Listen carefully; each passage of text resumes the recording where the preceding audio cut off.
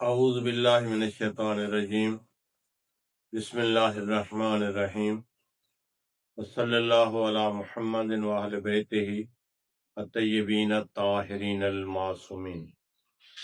نماز کے مسائل میں سے ایک اہم مسئلہ طمانینت ہے۔ طمانینت کا معنی ہے کہ مکمل نماز تکبیرۃ الاحرام سے لے کے السلام علیکم ورحمۃ اللہ وبرکاتہ تک اطمینان کے ساتھ پڑھی جائے۔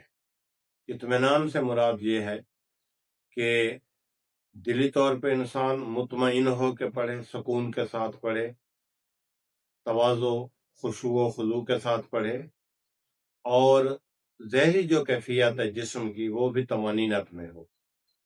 یعنی ایسی حرکت نہیں ہونی چاہیے نماز کے دوران کہ عرف میں کہا جائے کہ یہ نماز نہیں پڑھ رہا، اس سے نماز باطل ہو جاتی ہے۔ اس کے علاوہ کثرت کے ساتھ حرکت کرنا، مثلا حرکت زیادہ نہیں ہے لیکن بار بار وہی حرکت ہو رہی ہے تو وہ بھی طمانینت کے خلاف ہو جائے گی، یعنی اس سے بھی نماز باطل ہو جائے گی۔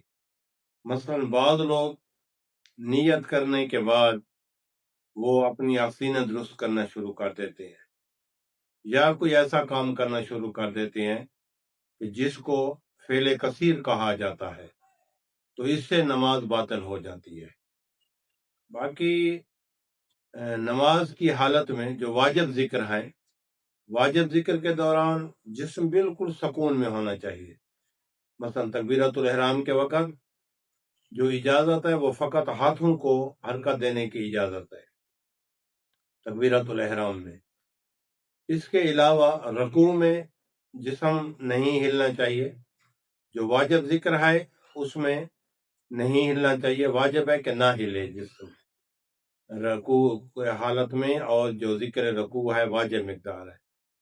فقہا فرماتے ہیں کہ مستحب ذکر میں بھی نہیں ہلنا چاہیے جسم کو، یعنی حرکت جو ہے یہ نہیں ہونی چاہیے جسم میں، فقط اور فقط جو اجازت ہے جسم کے متحرک ہونے کی وہ ہے بحول اللہ تعالی و قوتہ اقوم و اقعد۔ یہ جو ذکر ہے فقط اس میں اجازت ہے کہ اس وقت یہ ذکر حرکت کی حالت میں انسان کہہ سکتا ہے، باقی کوئی ذکر بھی حرکت کی حالت میں نہیں کہہ سکتا، جائز نہیں ہے۔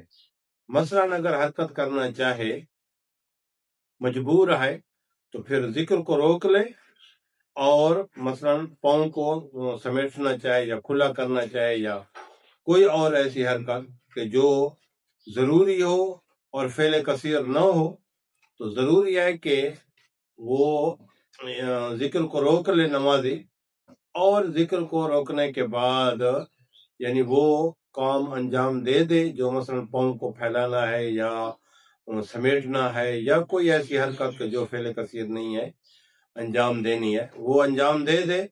اس کے بعد پھر سکون کے ساتھ کھڑا ہو جائے اور پھر آگے واجب ذکر کرے۔ تو اکثر لوگ اس طمانینت سے واقف نہیں ہیں، یعنی اس کا لحاظ رکھنا دوسرے واجبات نماز کی طرح ضروری ہے۔ وصلی اللہ علی محمد وآلہ الطاہرین۔